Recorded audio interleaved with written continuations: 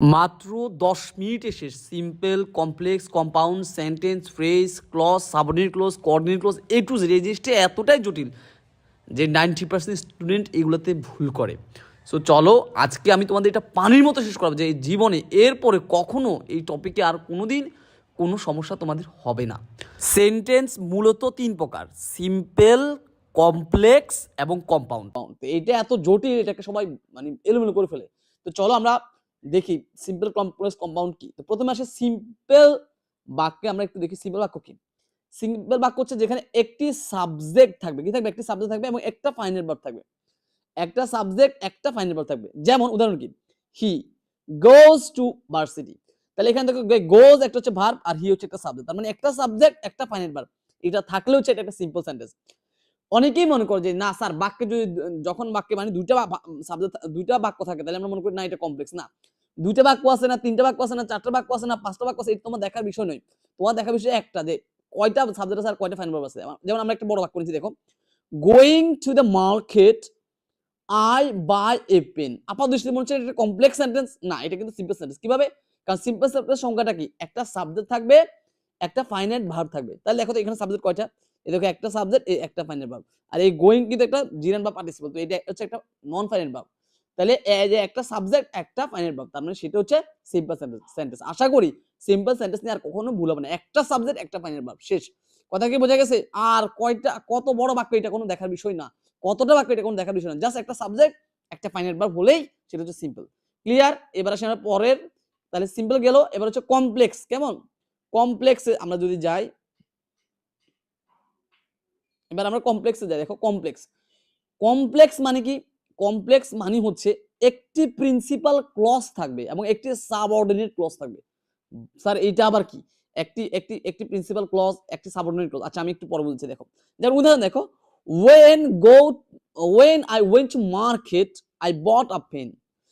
তাহলে এটা হচ্ছে কমপ্লেক্স। এখন কমপ্লেক্স বুঝতে গিয়ে যদি আমার phrase, clause, principal clause, subordinate clause এত কিছু লাগতেছে, তাহলে চলো আমরা এটা একটু ফ্রেজ ক্লজ একটু বুঝে আসি। কেমন? ক্লজটা একটু বুঝে চলে আসি। কেমন? জাস্ট 1 মিনিট নিব, ক্লজটা একটু বুঝে নিই। কেমন? আবার বলছি কমপ্লেক্স মানে হচ্ছে একটা প্রিন্সিপাল ক্লজ থাকবে এবং একটা সাবঅর্ডিনেট ক্লজ থাকবে। তাহলে যেখানে একটা প্রিন্সিপাল ক্লজ, যেখানে একটা সাবঅর্ডিনেট ক্লজ থাকবে, সেটাই হচ্ছে একটা কমপ্লেক্স সেন্টেন্স। যেমন when I went to market এটা হচ্ছে একটা subordinate clause, I bought a pen এটা হচ্ছে প্রিন্সিপাল ক্লজ। এখন প্রিন্সিপাল ক্লজ আর সাবঅর্ডিনেট ক্লজ কি? এটা অনেকেই বুঝে না। চলো আমি তোমাদের জাস্ট ন্যানো সেকেন্ডে এটা একটু বুঝে দিয়ে আসি। দেখো আমরা এখন যাব ডিরেক্ট চলে যাব ক্লজে। ক্লজ কি? আচ্ছা দেখো ক্লজ কি? ক্লজ হচ্ছে কি? যেখানে একটা সাবজেক্ট থাকবে এবং একটা ফাইনাল ভার্ব থাকবে, সেটা হচ্ছে কি? ক্লজ। তাই ক্লজ কি? যেখানে একটা সাবজেক্ট থাকবে, একটা ফাইনাল ভার্ব থাকবে, সেটা হচ্ছে ক্লজ। এখন অনেকে বলল স্যার ফাইনাইট ভার্ব আবার কি? ফাইনাইট ভার্ব হচ্ছে এমন একটা ভার্ব যে ভার্বটা দেখে তুমি চিনতে পারবা যে এটা কি প্রেজেন্ট টেন্স না পাস্ট টেন্স নাকি কন্টিনিউয়াস টেন্স। মানে যে ভার্ব দেখে টেন্স নির্ণয় করা যাবে সেটা হচ্ছে ফাইনাইট ভার্ব। যেমন উদাহরণ দেখো, আই ওয়ান্ট দিস বুক। তাহলে এই ওয়ান্ট দেখে আমরা বুঝতে পারছি না এটা প্রেজেন্ট টেন্স। তার মানে এটাতে টেন্স চিনা যাচ্ছে। তার মানে এটা হচ্ছে একটা ফাইনাইট ভার্ব। তাহলে দেখো একটা সাবজেক্ট, একটা ফাইনাইট ভার্ব। তার মানে এটা হচ্ছে একটা কি? ক্লজ। তাহলে আমি সবাইকে বুঝতে পারছি যারা একদম কিছুই পারে না, জাস্ট রিডিং পড়তে পারে, আমি তাদেরকে উদ্দেশ্য করে ক্লাস নিই। সো এটা খেয়াল করো, ক্লজ মানে কি? যেখানে একটা সাবজেক্ট থাকবে এবং একটা ফাইনাইট ভার্ব থাকবে, সেটা হচ্ছে ক্লজ। যেমন আই ওয়ান্ট দিস বুক।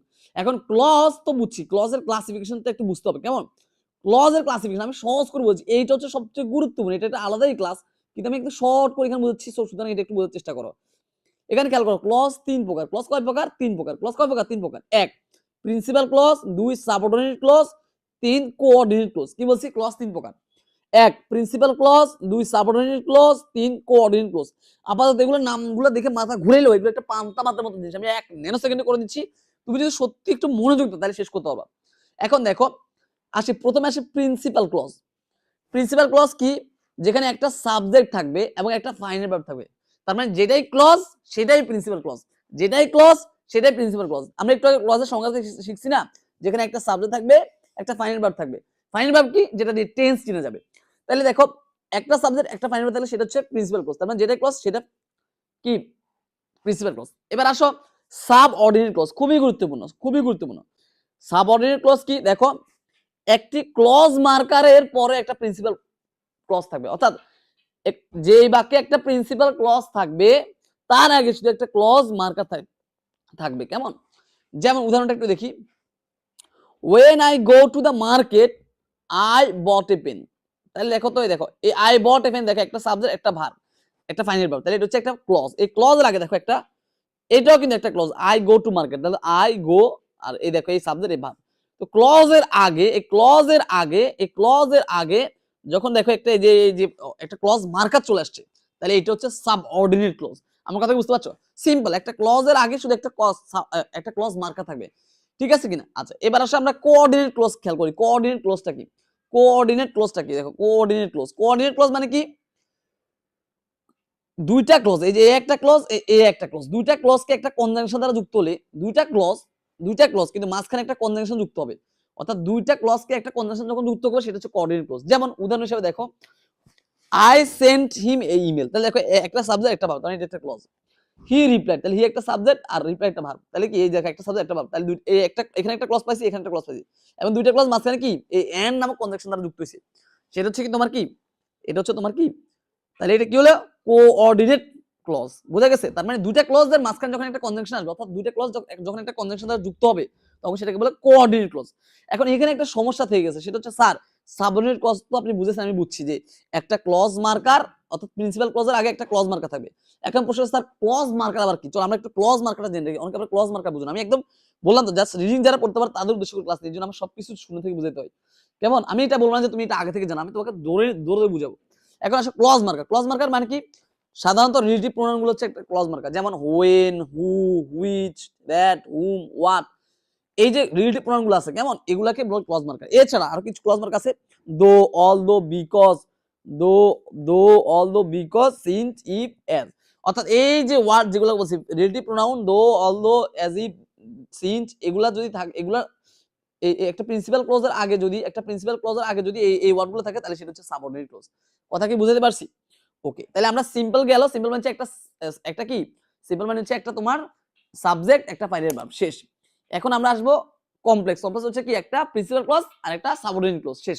এখন আমরা আসছি সর্বশেষ কম্পাউন্ডে। এখন আসলে আমরা কম্পাউন্ডে একটু বোঝার চেষ্টা করি, কেমন? সো আমরা যদি একটু কম্পাউন্ডে যাই, সর্বশেষ একদম, এখানে আমাদের সেন্টেন্স অধ্যায়টা শেষ। কম্পাউন্ডটা কি? কম্পাউন্ড হচ্ছে কি, একটু আগে যে কোঅর্ডিনেট পড়ছে সেটার মতোই, দুইটা প্রিন্সিপাল ক্লজ একটি কনজাংশন দ্বারা যুক্ত থাকবে, দুইটা প্রিন্সিপাল ক্লজ একটা কনজাংশন দ্বারা যুক্ত হবে। এই যে একটু আগে কোঅর্ডিনেট পড়ছে সেটাই বলতে গেলে, দুইটা প্রিন্সিপাল ক্লজ একটি কনজাংশন দ্বারা যুক্ত থাকবে। যেমন আই গো টু মার্কেট, এই যে এটা একটা প্রিন্সিপাল ক্লজ।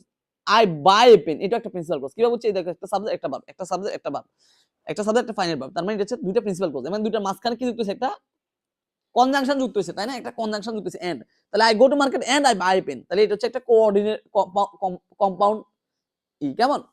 এখন কোন কোন কনজাংশন গুলো বাক্যের মাঝখানে যুক্ত সেগুলো আমি দিয়ে দিছি। কনজাংশন কোনগুলো? সেটা হচ্ছে and, but, or, not, so, yet. তাহলে এই কনজাংশন গুলো যদি বাক্যের মাঝখানে আসে, তাহলে সেটা হচ্ছে কম্পাউন্ড। তাহলে কি আমি ক্লাসটা একদম সামারি করে দিচ্ছি।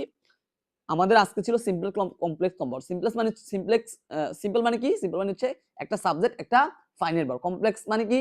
একটা প্রিন্সিপাল ক্লজ, একটা তোমার কি সাবঅর্ডিনেট ক্লজ। আর কম্পাউন্ড মানে কি? দুইটা প্রিন্সিপাল ক্লজের মাঝখানে একটা কনজাংশন যুক্ত হলে সেটা কম্পাউন্ড। আর ফ্রেজ কি? ক্লজ কি? ফ্রেজ মানে যেখানে ফাইনাল ভার্ব থাকবে না, নন ফাইনাল ভার্ব থাকবে, যেমন আইজিবি, ইনফিনিটিভ, জিরেন থাকবে। আর ক্লজ মানে কি? ক্লজ মানে হচ্ছে যেখানে একটা ফাইনাইট ভার্ব আর একটা সাবজেক্ট থাকবে। ক্লিয়ার? বুঝা গেছে? এখন ক্লজ আবার তিন প্রকার: principal clause, subordinate clause, coordinate clause. Principal clause মানে কি? একটা সাবজেক্ট একটা ফাইনাইট ভার্ব। আর সাবঅর্ডিনেট ক্লজ মানে কি? সাবঅর্ডিনেট ক্লজ মানে হচ্ছে তোমার একটা সাবঅর্ডিনেট ক্লজ মানে হচ্ছে কি বলতো? একটা প্রিন্সিপাল ক্লজের আগে একটা ক্লজ মার্কার থাকবে। ক্লজ মার্কার কোনগুলা? Which, who, hmm, relative pronoun, all, দো, সিন্স, এজ, এগুলো হচ্ছে ক্লজ মার্কার। তাহলে তো সবাই বুঝতে পারছো, আশা করি তোমাদের কাছে এটা পান্তা ভাত হয়ে গেছে।